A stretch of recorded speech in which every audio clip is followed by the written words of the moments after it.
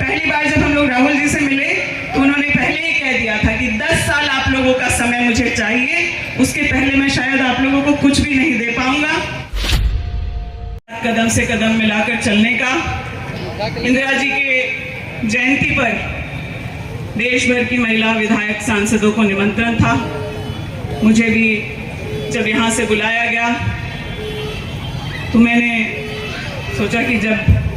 निमंत्रण आ गया है तो ज़रूर हमें इस यात्रा में शामिल होना चाहिए। लगातार हिमाचल और प्रदेश कांग्रेस के कार्यक्रमों के चलते हम लोग वहाँ राहुल जी के साथ लगातार तो नहीं चल पा रहे, लेकिन एक बहुत ही महत्वपूर्ण दिन इंदिरा जी की जयंती पर हम लोगों को मौका मिला। मैं आपसे कहना चाहूँगी कि वहाँ से जब हम लोग होकर के आए, या फिर अगर उस यात्रा में जो लोग शामिल हैं वो महसूस कर पा रहे होंगे कि वो कोई राजनीतिक कार्यक्रम नहीं और एक तपस्वी की तरह राहुल गांधी जी आगे बढ़ रहे हैं और इस देश को जोड़ने के लिए एक कठिन तपस्या। वो अब तो मुझे लगता है 3000 किलोमीटर उनकी यात्रा करीब पूरी हो चुकी है और 500 किलोमीटर चल के वो पंजाब और कश्मीर की यात्रा करते हुए श्रीनगर तक पहुंचेंगे। इस यात्रा का मकसद कोई राजनीतिक नहीं। बोलने वाले लोग सोच रहे थे कि राहुल जी गुजरात क्यों नहीं जा रहे, हिमाचल प्रदेश क्यों नहीं जा रहे, लेकिन हर बार गांधी और नेहरू परिवार के जो लोग हैं उन्होंने देश में जो सबसे ज़रूरी बात थी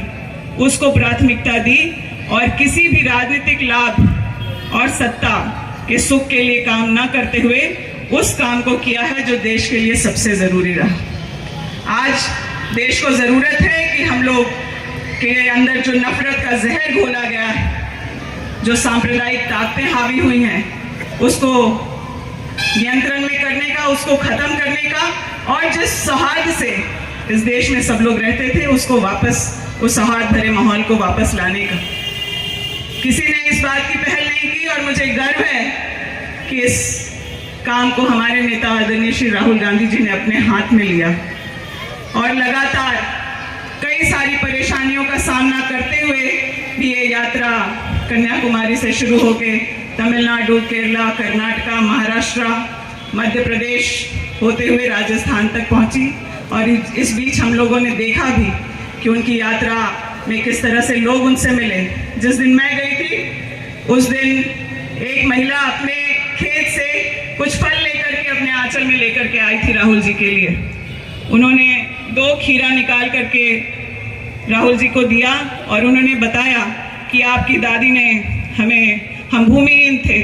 लेकिन उन्होंने हमें ज़मीन हमारे नाम पट्टा दिया और आज उसी खेती की उपज मैं आपको देने आई हूँ राहुल जी। और आशीर्वाद के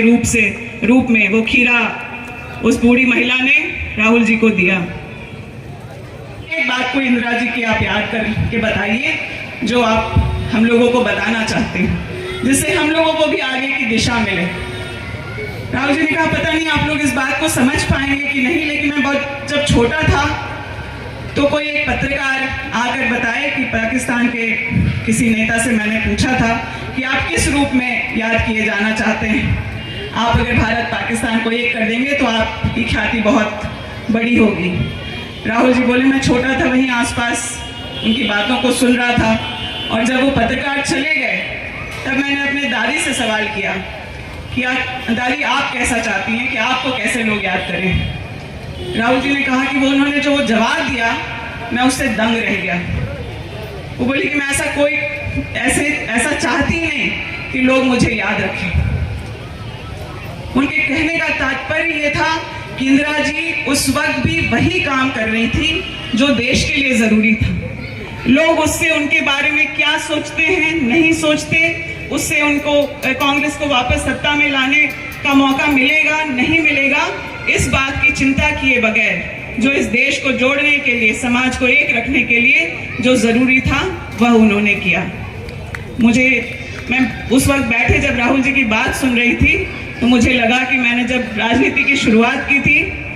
राहुल जी ने यूथ कांग्रेस की शुरुआत की थी, अभिजीत और हम उस समय के यूथ कांग्रेस के साथी हैं, उन्होंने लोकसभा में चुनाव लड़ा था, मैं प्रदेश में थी। मुझे लगता था कि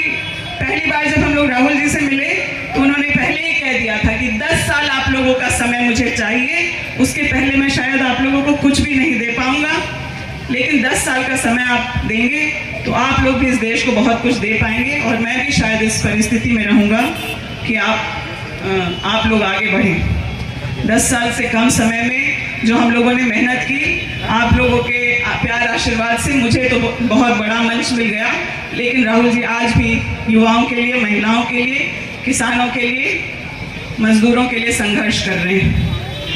उस वक्त की पहली मुलाकात के बाद जो एक दिशा मिली थी, फिर 19 नवंबर को इंदिरा जी के जयंती पर एक और दिशा राहुल जी ने मुझे एक नेता के रूप में दिया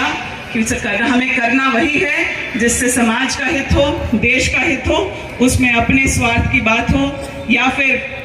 राजनीतिक लाभ की बात हो या फिर अपने अच्छे बुरे आलोचना की चिंता की बात हो, वो किए बगैर वो करें जो सही है। मेरा अनुभव जो यात्रा का रहा वो प्रदीप जी से ही मिलता जुलता है। लोग आंगन लीप करके, रंगोली बना करके, पूजा की थाली आरती लेकर के राहुल जी का पलक बिछा करके इंतजार कर रही हैं। महिलाएं, बच्चे, किसान और जो हमारे समाज के अलग अलग लोग हैं। राहुल जी के रूप में उन्हें बहुत बड़ी संभावना, जो एक हताशा का माहौल अलग अलग जगह है, चाहे वो बेरोजगारी की वजह से हो